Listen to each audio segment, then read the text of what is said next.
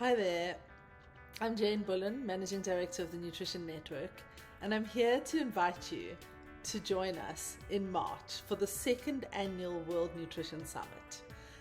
We had our first World Nutrition Summit, which was our inaugural summit last March, in the heat of COVID.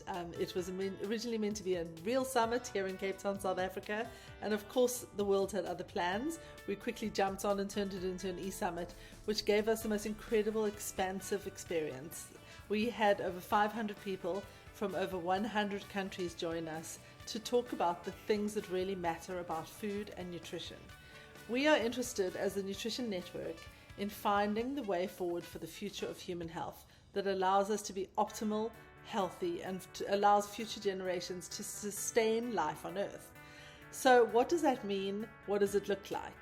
Last year we looked broadly at diet and nutrition and chronic disease. This year we've decided to focus in and to look at common grounds, universal nutritional truths. We want to know what it is that is going to be the optimal way forward as humanity for life on Earth, to sustain us and keep us healthy, and to reverse the absolute tsunami of chronic disease that we're facing globally in the world at the moment. We want our future generations and our children and their children not to suffer from obesity, diabetes, hypertension, and the multiple chronic dietary diseases that we are seeing and suffering from and fighting against today. So we have got an amazing array of speakers that are coming from all over the world with incredible different perspectives, different dietary perspectives, different sustainability models that we'll be looking at. The debate is huge. Everyone needs to engage in it.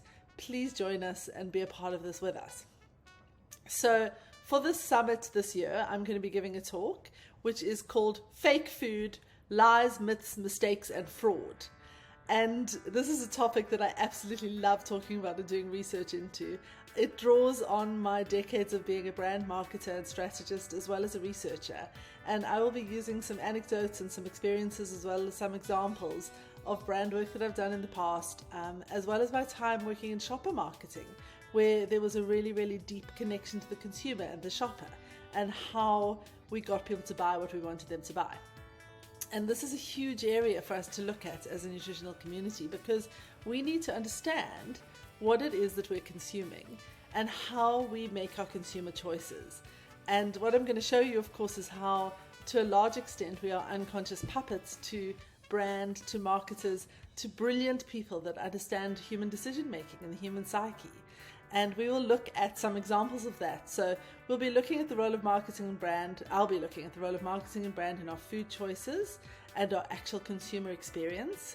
I'll be looking at the ways that we are sold food and how we consume it, and how we as humans make decisions around food, as mothers, as parents, as human beings, as consumers, as citizens, all of the things that go into our decision-making process, as well as how advertising and marketing shapes that.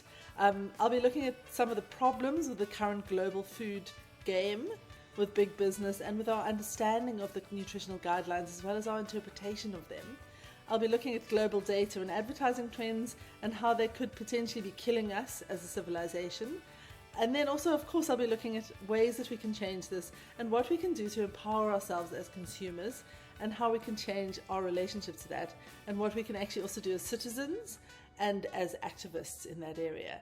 So a really, really meaty topic. I can't wait to share some of the food fraud examples with you that I've been studying and looking at for years, as well as some of the amazing opportunities that exist in that area. Let's not point fingers at each other. Let's focus on areas of commonality, how we can work better together, how we can have better debates, how we can fix the problems that we've created for ourselves. So looking forward to seeing many of you there. We had so much fun last year. We had a variety of incredible extracurricular topics and breakouts. I did everything from dance to yoga to really expanding my mind in a lot of scientific areas and pushing myself in some places in terms of my understanding. So really, really looking forward to the conversation, the debate, the experience of this next summit. And I know it's going to be even bigger, even better, even more amazing than last year was. So I can't wait to see you there, and please join us. Looking forward to it.